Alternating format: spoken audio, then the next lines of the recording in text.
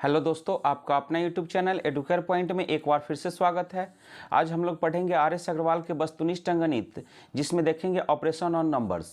इसके पहले के क्लास में हम लोग देख चुके हैं 1 से लेकर के 80 तक के सभी प्रश्नों को। आज देखेंगे उसके आगे के प्रश्नों को।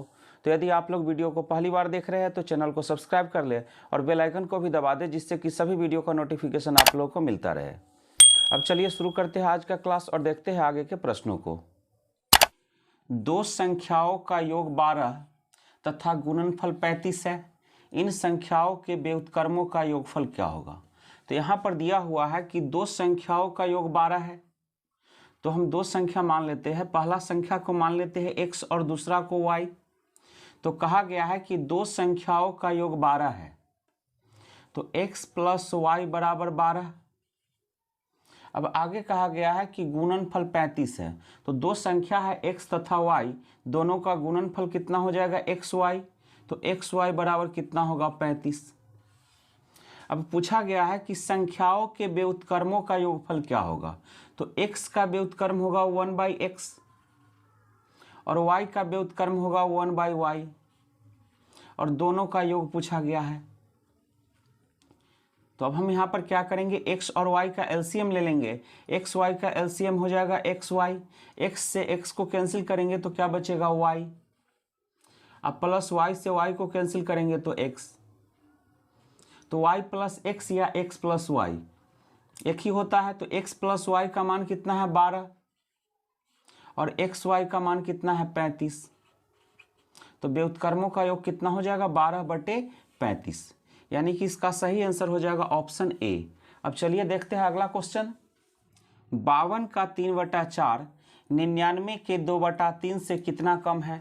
तो सबसे पहले हम क्या करेंगे, 52 का 3/4 निकाल लेंगे और फिर 99 का 2/3 निकालेंगे और देखेंगे कि 52 का 3/4 99 के 2/3 से कितना कम है। तो पहले निकाल लेते हैं 52 का 3/4, मतलब 52 गुने 3/4, तो 4 से कट जाएगा 13 चौका 52, तो 13 तिये 39, और 99 के 2/3, तो 3 से काट देंगे 33 तिये 99, तो 33 दूना 66। तो अब देखना है कि 66 से 39 कितना कम है। तो 66 में 39 घटा लेंगे तो कितना आ जाएगा 27, यानी कि 52 के 3/4 99 के 2/3 से कितना कम है? तो 27 कम है। इसका सही आंसर हो जाएगा ऑप्शन ए। अब चलिए देखते हैं अगला क्वेश्चन। यदि किसी संख्या के 60% का 3/5 भाग 36 हो तो वह संख्या क्या है?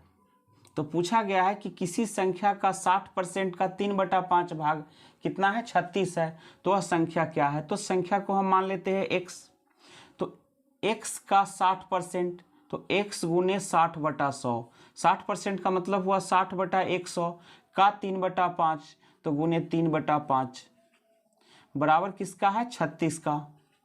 अब 0 से 0 को कैंसिल कर देंगे, 6 से कट जाएगा 6 36 6 बार में, फिर काट देंगे 3 दूनी 6 2 बार में, तो x बराबर कितना हो जाएगा 10 × 50 गुने 2, यानी कि 100।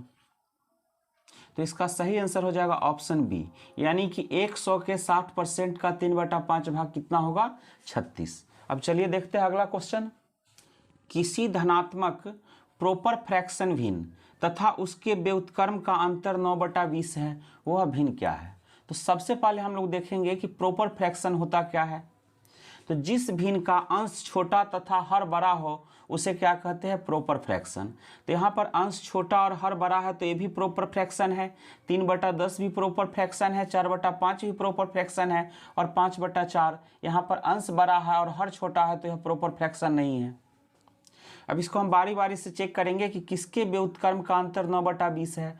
तो 3/5 का व्युत्क्रम हो जाएगा 5/3, तो 5/3 और 3/5 में देखते हैं कि कितना का अंतर है। तो 5 और 3 का एलसीएम हो जाएगा 15, तो 5 25 माइनस 3 तिये 9, यहाँ पर घटा लेंगे दोनों को, तो 25 में से 9 घटाएंगे 16/15, लेकिन घटाने पर कितना आना चाहिए 9/20, यानी कि ये आंसर नहीं होगा। अब चेक करते हैं 3/10 को, तो 3/10 का व्युत्क्रम हो जाएगा 10/3, तो 10/3 में घटाएंगे 3/10, तो 3 और 10 का लघुत्तम कितना हो जाएगा 30। अब 30 में 3 से भाग देंगे 10, 10 में 10 से गुना करेंगे 100, हम -3 3 9, तो 100 में 9 घटाएंगे कितना आ जाएगा 91/30। तो ये भी नहीं होगा। अब अगला ऑप्शन है 4/5, तो 4/5 का व्युत्क्रम हो जाएगा 5/4, तो 5/4 में घटाते हैं 4/5, तो 4 और 5 का एलसीएम हो जाएगा 20, तो 5 25 -4 चौका 16, तो 25 में से 16 घटाएंगे कितना बचेगा 9/20। तो प्रश्न में कहा गया था कि किसी धनात्मक प्रॉपर फ्रैक्शन भिन्न तथा उसके व्युत्क्रम का अंतर 9/20 है, तो यहाँ पर अंतर कितना आ रहा है 9/20, तो इसका सही आंसर हो जाएगा 4/5। अब चलिए देखते हैं अगला क्वेश्चन। संख्याओं 1 3 5 7 25 को गुना करने पर गुणनफल के दाईं ओर अंत में शून्यों की संख्या होगी। तो यहाँ पर दिया हुआ है 1 से लेकर के 25 तक की विषम संख्या। अब विषम संख्या को गुना करने पर कभी भी अंत में शून्य नहीं आता है, तो 1 3 5 7 25 को यदि गुना किया जाए, यानी कि 1 3 5 7 9 1 से लेकर के 25 तक के जितना भी विषम संख्या है सबको गुना किया जाए, तो अंत में कभी भी जीरो नहीं आएगा, क्योंकि विषम संख्या के गुणनफल में कभी भी अंतिम में जीरो नहीं आता है। तो इसका सही आंसर हो जाएगा 0, यानी कि एक भी जीरो इसमें नहीं हो। किसी संख्या को 7 से गुना करने पर प्राप्त गुणनफल के सभी अंक 3 हैं, ऐसी सबसे छोटी संख्या है। तो कोई संख्या है जिसमें 7 से गुना करने पर जितना भी अंक आ रहा है वह सब क्या आ रहा है 3। तो हम मान लेते हैं कि वह संख्या x है। x में 7 से गुना करने पर गुणनफल के सभी अंक कितना आ रहा है 3 आ रहा है, लेकिन कै गो 3 है यह पता नहीं है। तो x बराबर क्या करेंगे 3 3 3 3/7। अब इसमें हम भाग दे देंगे 7 से, तो 7 से भाग देंगे तो सबसे पहले लगाएंगे 7 चौका 28, 4 से 13 में से 8 घटाएंगे 5, यहाँ से लेंगे 3 53, तो 7 है 49, तो 53 में से 49 घटाएंगे कितना बचेगा 4, यहाँ से लेंगे 3 43, तो 7 6 का 42, 3 में से 2 घटाएंगे 1, फिर ऊपर से ले लेंगे 3, तो 13 हो गया 7 इकाई 7, 13 में से 7 घटाएंगे 6, फिर ऊपर से 3 ले लेंगे तो कितना आ गया 63, तो 7 9 63। तो यहाँ पर आके पूरा पूरा कट रहा है, आप छोड़ देंगे। तो 47,619 को यदि 7 से गुना किया जाए तो सभी अंक क्या आएगा 3। तो इसका सही आंसर हो जाएगा ऑप्शन ए।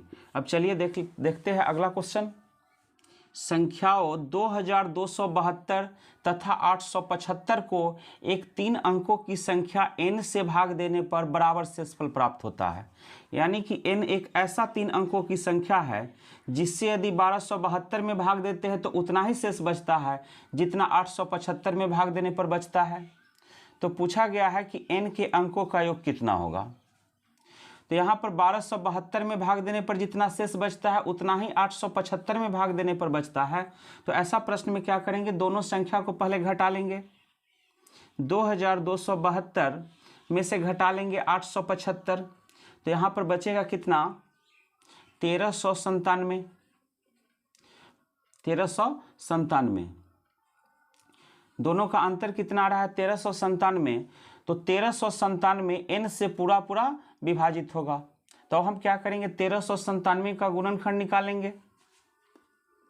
तो 1397 का गुणनखंड निकालने के लिए 1397 इसको भाग देंगे 11 से, तो कितना आएगा 127। यानी कि हम 1397 को लिख सकते हैं 11 गुने 127। अब दोनों में देखेंगे कि 3 अंकों की संख्या कौन है, 11 2 अंकों की संख्या है और 127 आ रहा है 3 अंकों की संख्या। तो n का मान कितना हो जाएगा 127। अब पूछा गया है कि n के अंकों का योग कितना होगा।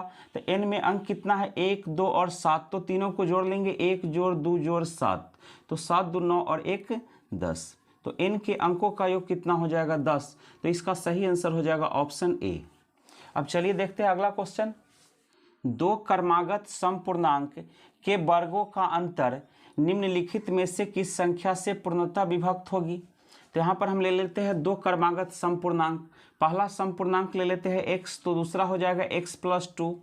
तो कहा गया है दो क्रमागत समपूर्णांक के वर्गों का अंतर, तो x+2 का वर्ग हो गया x+2 का होल स्क्वायर और माइनस x का वर्ग हो गया x²। तो कहा गया है कि दो क्रमागत समपूर्णांक के वर्गों का अंतर किस संख्या से पूरी तरह विभाजित होगी। तो x+2 का होल स्क्वायर कर देंगे तो ये हो जाएगा x² + 2ab। a plus B का होल स्क्वायर का फॉर्मूला होता है a² + 2ab + b²। तो x² + 2ab करेंगे तो 2 × x × 2 यानी कि 4x प्लस 2 का स्क्वायर 4 माइनस x²। तो x² से x² को कैंसिल कर देंगे तो यहाँ पर कितना बचेगा 4x + 4। तो यहाँ से हम 4 कॉमन ले सकते हैं, तो 4 × x + 4। तो यहाँ पर कितना आ रहा है 4, यानी कि 4 × x + 4 किससे विभाजित होगा 4 से। तो दो क्रमागत समपूर्णांक के वर्गों का अंतर हमेशा किससे विभाजित होगा 4 से। तो इसका सही आंसर हो जाएगा ऑप्शन बी। अब चलिए देखते हैं अगला क्वेश्चन। दो क्रमागत विषम पूर्णांक के वर्गों का अंतर निम्नलिखित में से किस संख्या से पूर्णतः विभक्त होगी। तो कहा गया है कि दो क्रमागत विषम संख्या, तो हम दो क्रमागत विषम संख्या ले लेते हैं 1 और 3 के वर्गों का अंतर। तो 1 का वर्ग कितना हो जाएगा 1 और 3 का वर्ग कितना हो जाएगा 9, दोनों में कितना का अंतर है 8 का। तो दो क्रमागत विषम पूर्णांक के वर्गों का अंतर हमेशा किससे विभाजित होगा 8 से। तो इसका सही आंसर हो जाएगा ऑप्शन डी। अब चलिए देखते हैं अगला क्वेश्चन। यदि n एक प्राकृत संख्या हो तो 6n² + 6n निम्नलिखित में से किससे पूर्णतः विभक्त होगा। तो यहाँ पर कह रहा है कि n एक प्राकृत संख्या है, तो n बराबर होगा 1 2 3 4 5। तो 6n² + 6n, तो 6n² + 6n पूछा जा रहा है कि किससे पूरी तरह विभाजित होगी। तो यहाँ पर हम n का सबसे छोटा मान 1 रख देते हैं, तो 6 × 1 का स्क्वायर जोड़ 6 × 1, तो कितना हो जाएगा 1 का स्क्वायर 1 में 6 से गुना करेंगे तो 6 और जोड़ 6 इकाई 6, तो 6 और 6 12। तो 6n² + 6n 12 से पूरी तरह विभाजित होगी। तो जो संख्या 12 से पूरी तरह विभाजित होगी वह 1 से 2 से 3 से 4 से 6 से और 12 से पूरी तरह विभाजित होगी।